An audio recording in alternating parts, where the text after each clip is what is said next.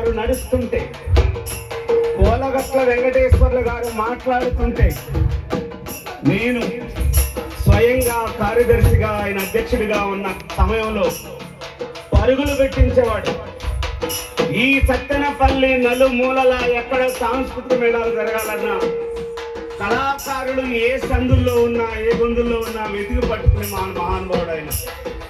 నిజంగా ఆయన మాట, ఆయన తీరు, ఆయన సంకల్పం, ఆయన ఆశయం ఇప్పటికీ మదిలో మిగులుతున్నదంటే నిజంగా వాళ్ళందరూ కష్టపడి బట్టే ఈరోజు అటువంటి కొలగొట్ల మరణం కళారంగానికి తీరని లోటు.